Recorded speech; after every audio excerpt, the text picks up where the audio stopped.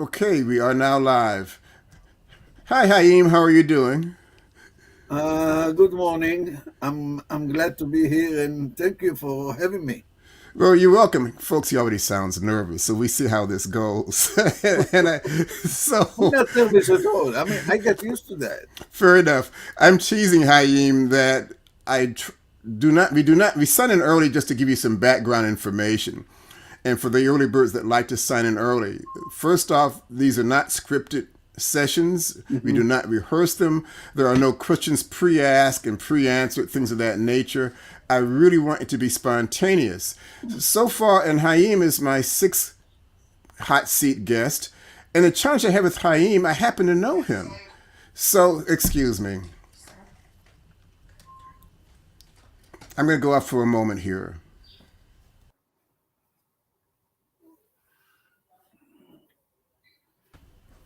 Sorry for that. So I have to erase what I know of Haim, but we're comfortable enough with each other that we can tease back and forth, and so that's what that was about. That being said, the purpose of this is take your hot seat challenge, and the reason I call it a challenge because most business owners I've met express the desire to be more successful, to be busier. But sometimes, as long as I can do it the way I'm already doing it, and that's going to grow by itself, it doesn't quite work that way. I've experienced, and what I've read, it's not just my experience, that there are a lot of challenges in terms of the path to increase value you want to bring to your business. There are many unknowns, there are traditions, there are standards, there are best practices. But glitches happen. And so my desire is to meet my mantra is that I don't claim that I see dead people, but I will see things about you you've yet to discover about yourself. And I call that your secret sauce. What's unique to you? And for the more left brain types, what's your differentiator that nobody else can copy? Because anybody can complain about people copying their statements of, well, I'm the most seasoned, I'm the most experienced, I work very hard, and I really care about my clients. Who doesn't care about their clients? Certainly they won't admit to it. However, there's a part about you that nobody else can lay claim to.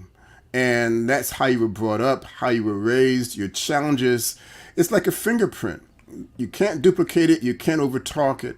So my role is to help you, and I call it your secret sauce, by the way. So my role in part is to help you discover your secret sauce.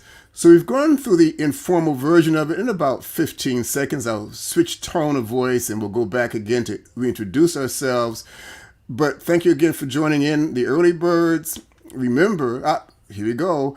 My bell just says time to go at 8 o'clock. Hi, folks. I'm Joe Wesley of Take Your Hot Seat Challenge. And my guest for today is, and your name again? I'm Hi, Haim. How are you doing? I'm And doing good. fair enough. He's our current hot seat recipient. And so the purpose here is I will ask, or the method is I will ask Haim for our first 20 minutes of dialogue of this 30-minute session. It's what's your favorite pastime. Now the criteria will be assuming you can determine your fountain of youth pill, so whatever age category you want to be in, you've just won the 10 gazillion dollar lottery, so money's not an issue. So if you had your druthers, you had your opportunity, what would you really like to be doing? Hopefully, other than now, I've met people who say, well, I love my business. And I feel the same way, by the way. That's okay. But I want to learn about you, the person, more in asking the question. And then we'll spend this final 10 minutes connecting your favorite pastime, which defines in part who you are, to your business value and express it in a manner that is unique to you and your company that nobody else can lay claim to. Anyway, so with that precondition, I'm going to ask you, Haim, what is your favorite pastime? I will touch for topic. Okay. First, thank you for having me in this on your show. Mm-hmm. And the fourth topic is look, I love people and I love to help people. Okay. Yeah, and it can come any different way. Yeah.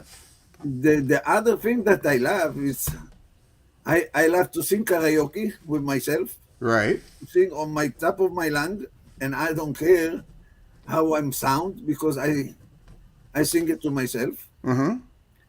I love to do jigsaw puzzle. Why do you Oh, like jigsaw puzzles? say it again. Why do you like jigsaw puzzles? Because that make me think how to put things together. Okay. Yeah. The other thing that I love is to I'm a ballroom dancing. Ah. So that's when I that's give me fun. Now I understand ballroom dancing. I've never done it myself. That there are like eight or nine different styles of ballroom dancing. No, there is no actually there is four style four when you go to dancing Right. there is four type of step. Right. There is a half step, there is one step, two step, and three step. Ah. Okay. Now, when you hear the music, you mix between the step. You do the half step, you do the three step, you do the one step, you do the two step. That's the way you mix between them Right. according to the music that you hear. So I'm writing, folks. I make notes. So this is not pre-scripted. I make notes that of things I'm hearing.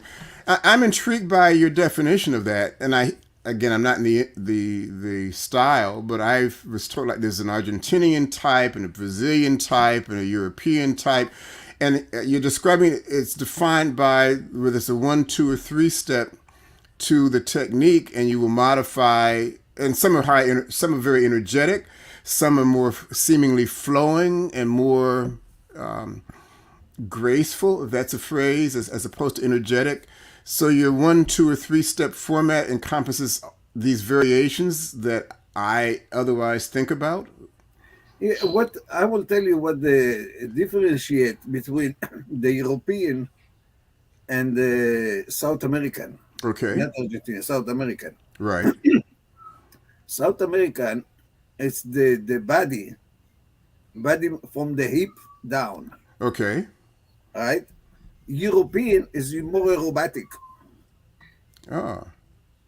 You see a lot of aerobatic people fly in the air, people do all kind of stuff that not belong to. It's not the style that South America does.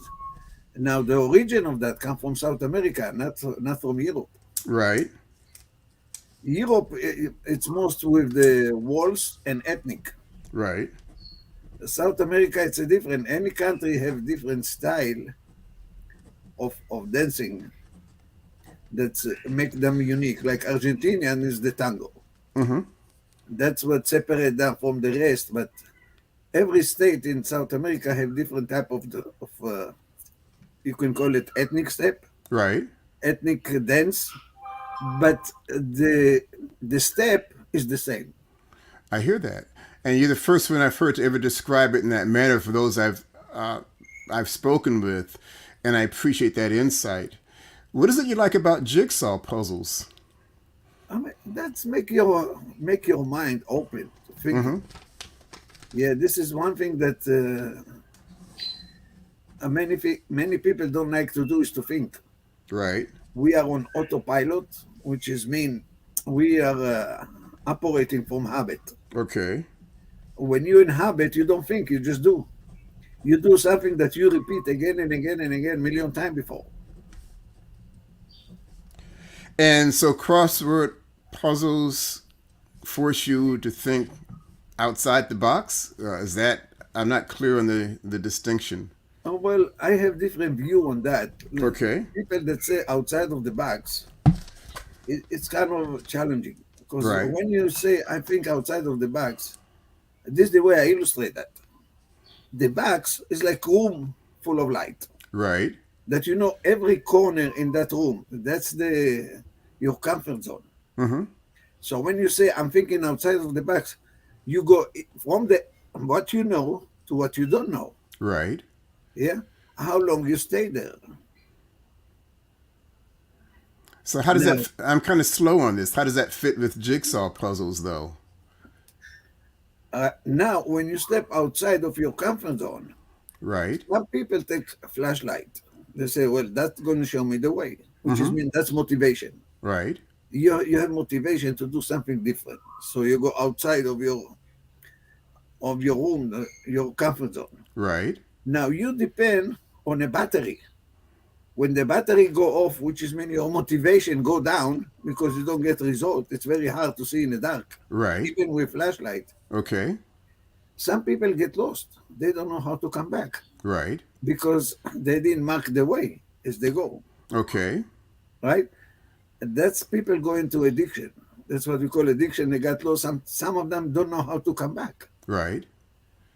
So So I said, when you look into to think outside of the box, make it in a different way, which is mean don't go far out. Go into the twilight. right. The twilight is no dark and is no light, but you still can see your way back. I hear that. So Now, I mean, I'm going to interrupt. Does working a crossword puzzle help get you into the Twilight Zone? That just to be a yes, movie. yes, Interesting. How now? I'm intrigued. How so? because that's make you think a little bit different. Okay. And not only that, you're gonna challenge yourself to do something different that you didn't do before. Okay. That's one of the principle of life.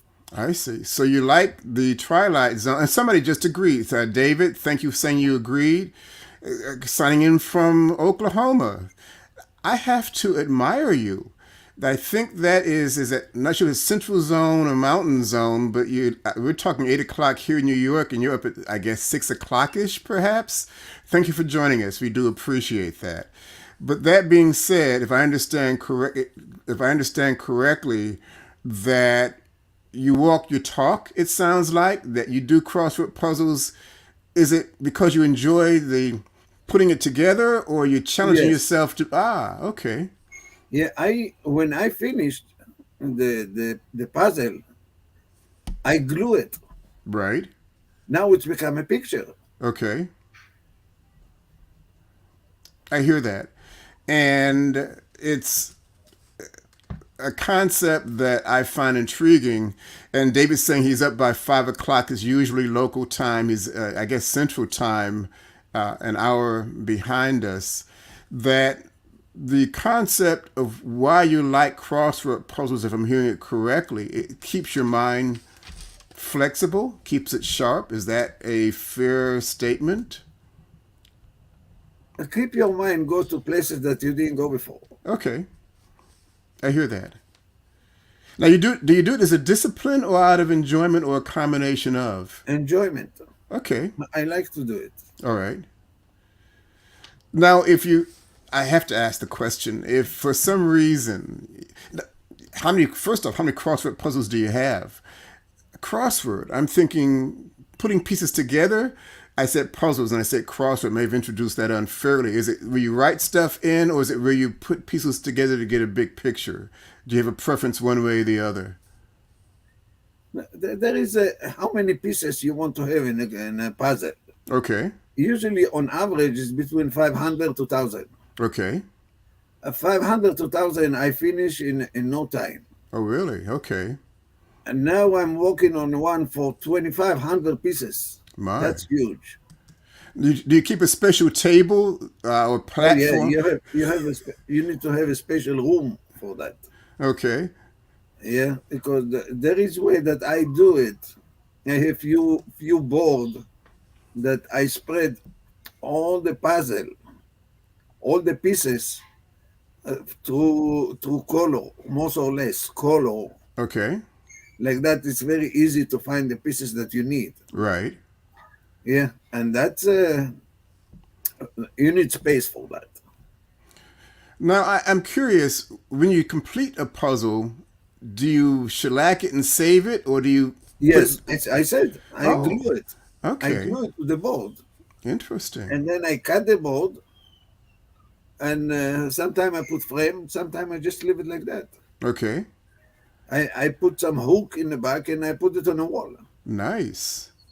Now, do you have, so it's not so much the scenery. I'm assuming it's not like you like animals or you like There is all kind. There all is all kind. kind. Okay, so that's eclectic. It's really the technique, the challenge of doing the pieces, and the more the better it sounds like, yes? I have some piece that I didn't touch it yet. Right. It's intrigued me because this is my daughter gift. Give me. She took a picture of me of my wife, and there is a special guy that make a puzzle from that. Okay. He took the picture, he put it on the board. I don't know how he did it, and he cut it into puzzle shape. And I think it's a 500 pieces that Right. I can put together and create the whole picture. Nice. Me of my wife. Nice. And David comments that keeping the mind problem solving and accomplishing number one, mental gymning. I guess it's like exercise of sorts. Number two, motivational movement. Does any of that click with you, the commentary? Oh yes. Okay. Yes, this is exactly what he said. Uh, Fair enough. Folks, I'm enjoying this. I really am. I enjoy each one I've done, but I'm intrigued by what I'm learning about people by their favorite pastime.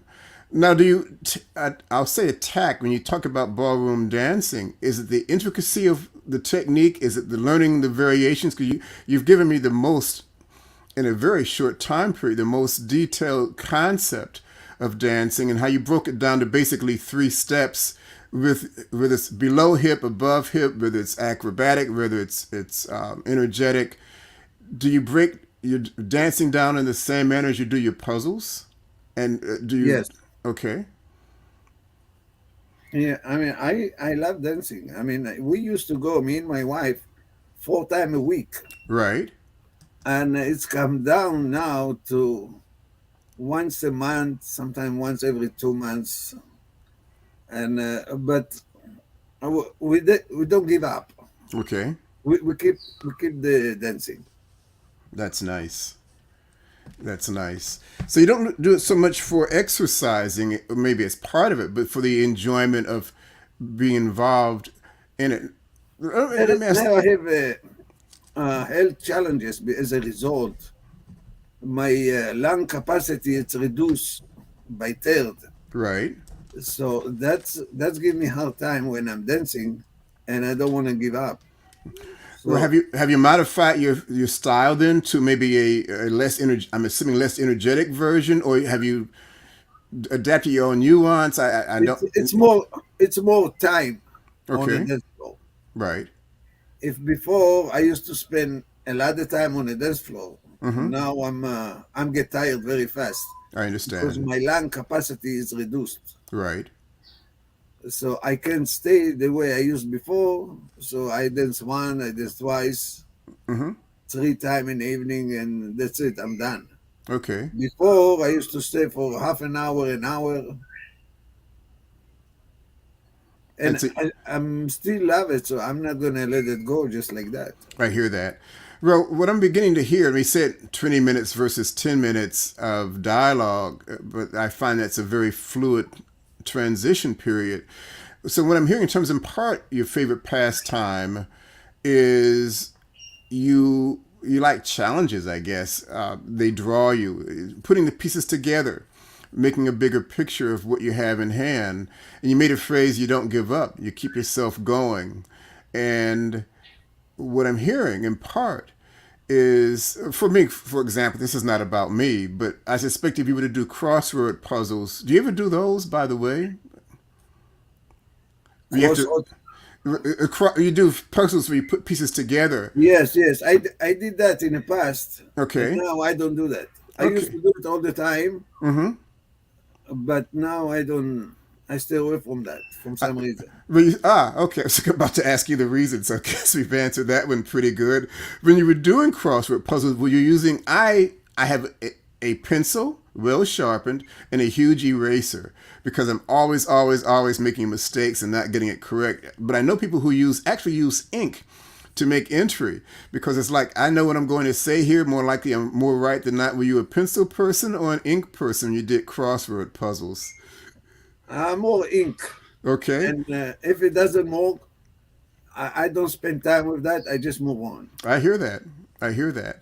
Well, I'm intrigued. I'm intrigued because what I'm hearing in part is that you're, I guess, ask this differently. You're a business and life coach. Am I right about that? Yes, Okay.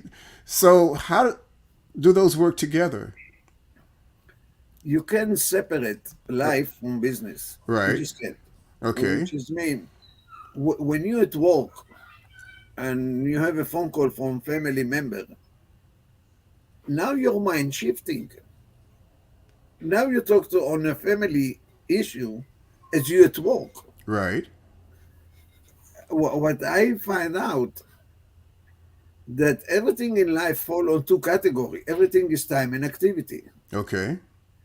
Now, we need to learn how to work with time, and we need to learn how to use the time, Right. not to manage time, not control time. What we need to manage and control is activity. Now, how many activity you can have in a day? When you decide in such activity, now you give the time, how long you want to stay there. Okay. For instance, when you're thinking now, that's your activity. How long are you going to stay there? That's you decide. When you're done thinking, now you move to different activity. It can be go to gym, it can be make breakfast, it can do work that you do that give you income. So how long you stay there in a day? Right. Now there is all kind of activity that you do in a day you don't even think about. Which means people take shower in a day. How long you take it? Yeah. I'm going to ask you a question. Now, when you do your not crossword puzzles, when you do your puzzles, I get lost sometimes. Something I really enjoy, I might just take a whole day. Doing the early chatter before we went online formally, you talked about you watched virtually all the football games that are currently being played, except for maybe you've missed two. I think that's a phenomenal ability on time. Now, the question is, you mentioned yet at some point you have to, maybe a conflict between time and activity usage to be successful as a business person or a productive person, I would think. But do you find yourself ever getting lost on the activity versus time, that one will push the other aside? Yes, yes. Okay. When when you do something that you love, the first thing that happens, you lose track of time Right. because that's what happened when you're in love with other. Yeah, the time is not function. It's not. You don't look at the watch. Mm-hmm. Yeah, and you just lost in the universe. Right. Yeah, that's what happened when you do something that you love. I hear that. Now, so let's go to the business side. That uh, people, if you own your own business versus work for somebody else, and they could be the same, I guess. But I have this biased assumption that if you work in your own business, you're doing it in part because you enjoy it, you feel you're good at it, and it may likely will occupy a lot of your time. But if I understand from the business coach types, you must set time limits. You must set to get a certain number of things done in a day. You can't spend all day in one item. Is that where are you on that in terms of a concept? Flexible or not?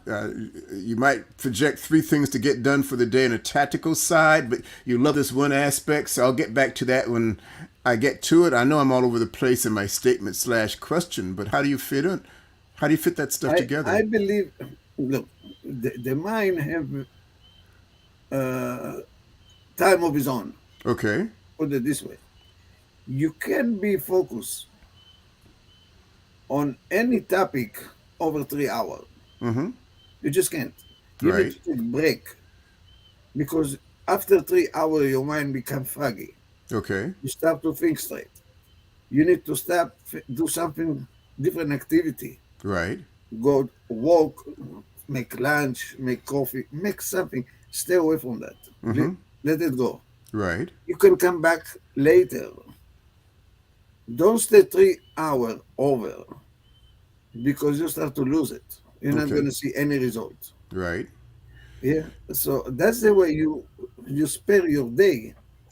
Yeah. You have 3 hours that you focus on what is that you're looking to do, how to become better, and how you do it. Yeah. three Mm-hmm. hours pass by.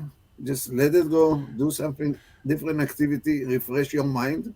Right. Yeah, and then you can come back. Okay. I hear that, and that makes total sense. What I'm thinking in part when I hear about, certainly with your description about ballroom dancing, because I've not had anybody or heard anybody break it down the way you break it down. You certainly, as I'm hearing it, observant, detail focused, and it's seemingly random aspects. Certainly in the puzzle side, you pull things together by color. When I do puzzles, 50 pieces or less, I always start with the border first because I figure, well, if one side is vertical or horizontal or angled, at least I know it's a perimeter piece more likely than not. And then kind of fill in, but you do it you have a different concept of awareness, and I'm sure different people have different versions of it. But what I'm hearing from you, your favorite pastime phenomena, is that you first off, you're drawn to things that are intricate, as I'm hearing it directly or correctly. I think ballroom dancing really involves that. It may be very basic, and that's what you do. You have the skill to break down seemingly intricate, challenging aspects of an activity into, I won't say intuitive, but into identifiable routine. And then it's a matter of playing that routine or working that routine. When I say play or work, dancing or your puzzle. And it's really the same thing when I think about it, that ballroom dancing is a puzzle and the variations aren't that complicated if you get the basics. If I'm hearing you correctly, that what's part of your unique skill when you are a business and or a life coach, and really business is your life also, that you are able to take for that or provide for that particular person maybe a challenging moment and provide for them identifiable pockets or aspects of momentum or of a path. And for people who may feel stuck or may feel overwhelmed because it's just too much to keep in my head, I won't say you simplify it, but you provide a technique that makes it more available to that person to say, yes, I can move forward. I can do better than what I'm doing. Am I far off on that? No, not at all. And I stress it. Not everyone is qualified to what I do Mm-hmm. because that's required from you to do different work that you did so far. Right. And the way I explain it is like that. In my world, nobody fail, nobody make mistake, nobody do anything wrong. When you do something that doesn't work, don't give a different name. It Mm-hmm. doesn't work. Now, nobody do 100% from the get-go. When you do something that you have no clue, you have no idea. Right. And that's what happened in many people. So what happened when you do something, no matter what you do, two things happen. You get result, and that's give you experience. Right. Now the question is, how does that make you feel? If it's make you feel good, great. Put more time on this activity. If it's not make you feel good, is even better. Now you have something to learn Mm-hmm. because we resist what we don't know, and the mind have all the time the tendency to go back to safety, Right. to go back familiar, what we know. We don't have any surprise from any corner that we don't see, but you're not going anywhere. Mm-hmm. You get the same result that you get before, Right. and you're looking to get ahead. So to get ahead, you need to do something different. I hear that. And I'm going to interrupt with another observation. What you've described, I call it the mechanical aspect of your industry and what you bring to it as a skill. And part of what I'm about to say is virtually anybody in your industry with your training can make those same statements. And it becomes a challenge to overcome why should someone choose you versus a competitor. What I'm also learning about you through your favorite pastime, this is what I consider part of your secret sauce, is you love putting pieces together. It's an intuitive draw for you. And you have, I think, on a non-mechanical side, on an intuitive side, a passion for providing identifiable pockets which make it more easily to reach, to absorb into, to understand. And if one were to say, who would I choose as a business slash life coach combination, I could see for those who are drawn to, well, this guy, Haim, Not only does it do it mechanically, anybody skilled can offer that concept. This guy loves putting pieces together, and he's able to break down seemingly complexity into something very identifiable and very basic. And I won't say simple, but it's along that same line. That's what I'm hearing. And I got to do a sales pitch, folks. First off, for those who are listening to Haim having his hot seat challenge, and you find that who he is, the person, provides a unique value to you over, I can't decide who to choose for an agent, you might want to give him consideration. There is in the links below how to contact him. Please feel free to do so. For myself, I call myself a business coach. Not a coach, I forgot the word for it. We'll stop that. But people say, Joe, you decipher people. And that's part of secret sauce concept, that a one-shot viewpoint is not going to make a whole movie of your secret sauce ingredient style, but at least for a one-shot deal, that's what Haim and I have done today. For those who have interest in learning more how you might take advantage of this, or think of what we can accomplish in 30 minutes versus several weeks of your lifestyle for your business, feel free to share us with each other, our links to share with your friends, to come back again. Please subscribe and let people know that we exist and any value. If you didn't like something we talked about or did, we really appreciate feedback, because we do audit comments on YouTube, LinkedIn, Facebook, also Instagram and Twitter, but I don't understand those two things well enough to maybe be of any real value. Anything you'd like to say, Haim? Thank you for having me. Okay, fair enough. It was my pleasure. I'm always intrigued about how much I'm learning about not only the person's favorite pastime, but to pick up information I hadn't considered.